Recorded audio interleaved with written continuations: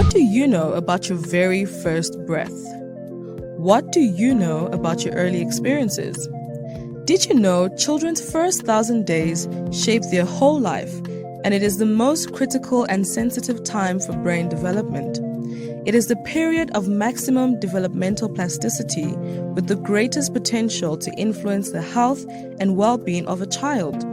It is the period where we have to connect what we do now with what we want to see later, connecting playroom to boardroom, connecting health and learning. It is the period where nature meets nurture and where genes are expressed, and all these begin before conception. For a better society, we must shift our consciousness and learn to be prepared for the first 1,000 days of life. We must change how we treat women during pregnancy, and the change begins with you. Today is the beginning of an excitable journey for me, and I have been looking forward to this day to share my views and talk about what I value the most. Something that is so deep in my heart, one thing that is so significant to me. My name is Lola Aduke. I am a mother and an early childhood practitioner. So today I welcome you all to my very first video on the first 1,000 days of life. On this platform, I'll be talking about the revolution in the first 1,000 days of life, how early experiences shape our lives, how what we experience in the first 1,000 days becomes the blueprint of our life, and how the first 1,000 is the starting place for what we become, and how all human development, such as learning, health and well-being, strong communities, and ability to parent the next generation, all this begins in the first 1,000 days. It is the desire of every parent to see their children succeed in life, but what they might not know is that this journey begins before conception. I believe also that many parents like me must have read parenting books or articles that promise how to address difficult decisions we face as parents, on how to parent right or how to achieve the best outcome for our children. But in all these books and articles, one thing that you will not find there is learning about the time just before a child is conceived, also while the child is in the womb and after birth, how it could improve the quality of that child's life. Have you ever asked questions like, what is it that makes some babies thrive while some don't? Why will some babies become healthy, happy adults with a loving relationship while others do not?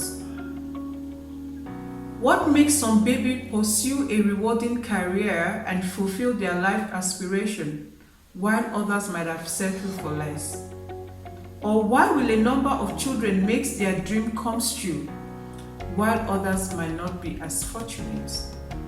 Is it a matter of faith? Is it education? Is it intelligence? Is it wealth? Is it luck? Or is it hard work? Or is it genetics? Before I will talk about the first 1,000 days of life, let me briefly share with you my journey.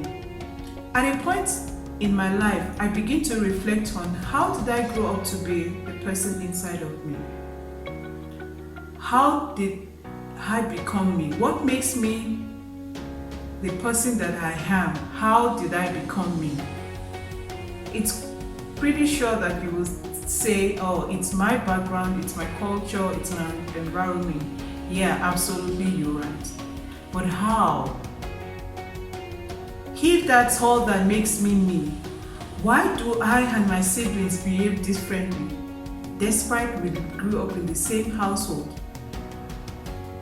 We share the same background, culture, belief, or environments.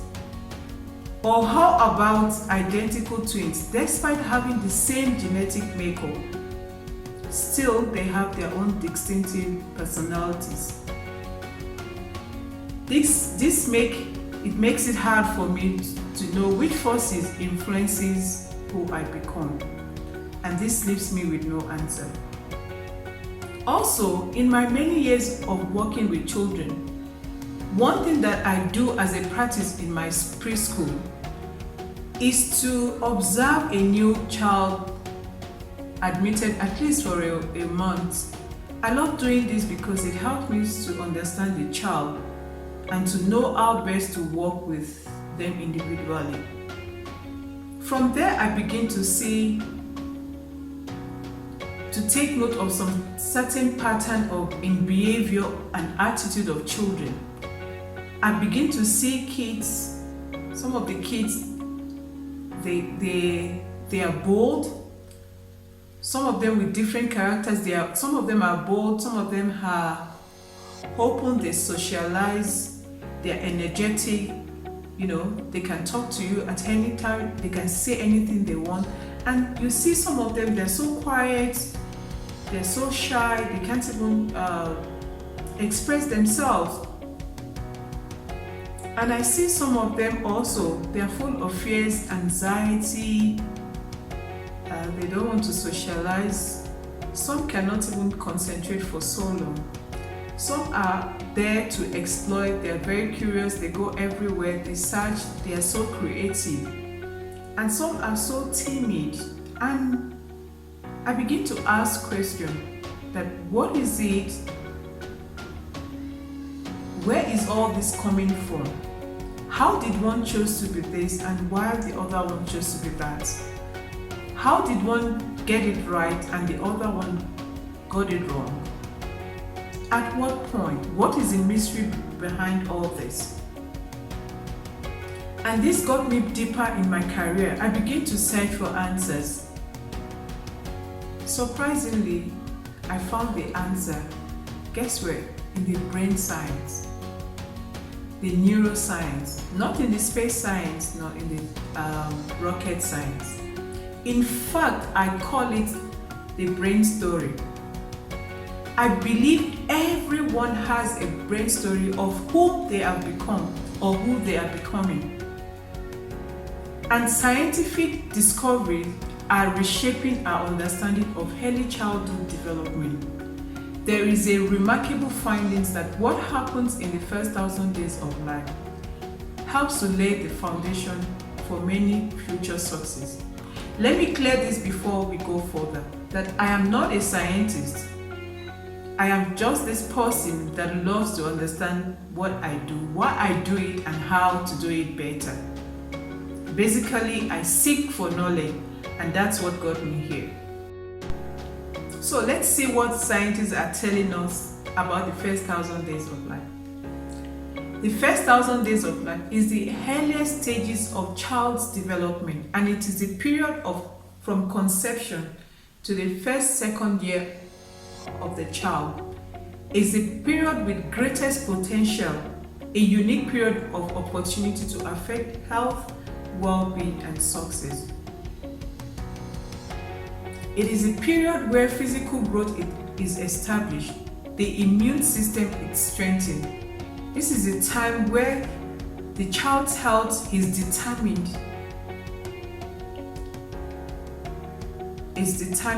and also it strengthens the brain of the child. That is where the architecture of the child is established and its development. It is a period of maximum developmental plasticity, meaning that the brain is at its highest to adapt to any environment, to pick up every signals in its environment that it's thrown at him.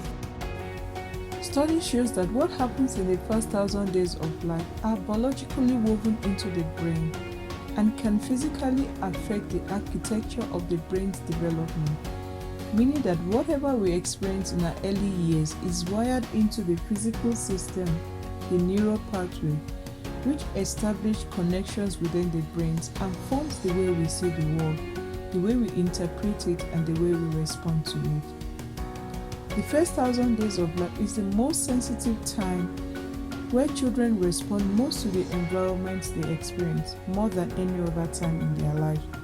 And in responding to those experiences, their development changes and can have a lifelong consequences if they had adverse early experiences. They're most likely to have life consequences that could damage health and well-being. However, if we understand what happens to them during the period, then it is possible for us to provide support and early intervention to alter them from adverse effects of those experiences. Studies shows that what happens in the first 1,000 days of life are biologically woven into the brain and can physically affect the architecture of the brain's development, meaning that whatever we experience in our early years is wired in our physical system, the neural pathway, which establish connections within the brains, and it also forms the way we see the world, the way we interpret it, and the way we respond to the world. When I heard that my baby do not only eat or drink what I eat, but also everything that I feel and I experience, same thing, it's communicated through the uterus to my baby. I was marveled, I was shocked, meaning that every stress a mother goes through, the state of mind, the air she breathes, the toxins, the pollution, just imagine the violence, the happiness, the peace, if it's that way, the abundance, and if it's the other way, the poverty, all this shapes the baby. The starving, the malnutrition, all this help to shape the baby to get ready for the environment he or she will be born into.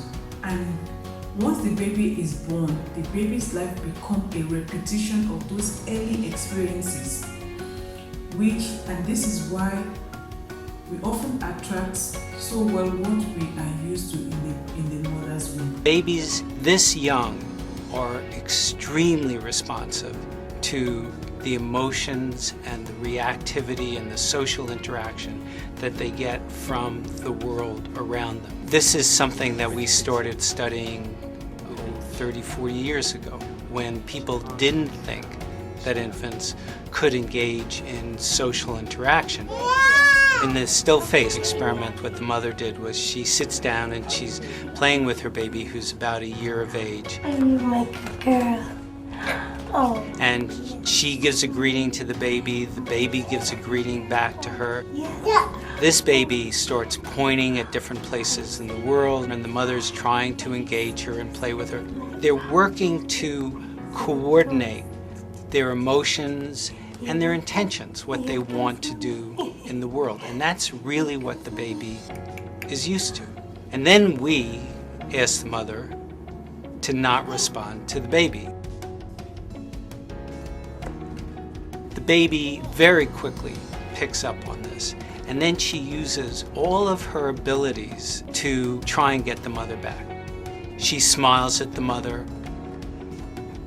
She points because she's used to the mother looking where she points. The baby puts both hands up in front of her and says, "What's happening here?" She makes that screechy sound at the mother, like, "Come on, why aren't we doing this?" Even in this 2 minutes, when they don't get the normal reaction, they react with negative emotions, they turn away, they feel the stress of it, they actually may lose control of their posture because of the stress that they're experiencing. Okay. I'm here. And what do you do? Watching the baby get distressed can be highly triggering. If a child can get so upset over a few seconds of cold and unfeeling behavior, we have a sense of what can happen over years or more of neglect. No wonder some of us don't feel so well inside. We had an equivalent of a still-faced parent for our first decade and more. But knowing how vulnerable we are shouldn't merely sadden us. We can take stock of how we've been failed and understand the link between the past and our present difficulties. Psychological research, like the Still-Face experiment, is at the forefront of helping us to understand ourselves emotionally, shedding scientific light on the origins of our sadness and complexity. Along the way, the experiment proves something else beyond doubt. Love isn't a luxury. It's a gateway to our very survival and sanity. Although not all changes that occur within the first 1,000 days are permanent. As children grow, their ability to change and make up for negative experiences in the first 1,000 days becomes more difficult. Let me stop at this point. I hope you all have learned one or two things today. The platform is to educate, to promote the consciousness of the first 1,000 days of life. Thanks for watching. A like would be appreciated. And don't forget to subscribe.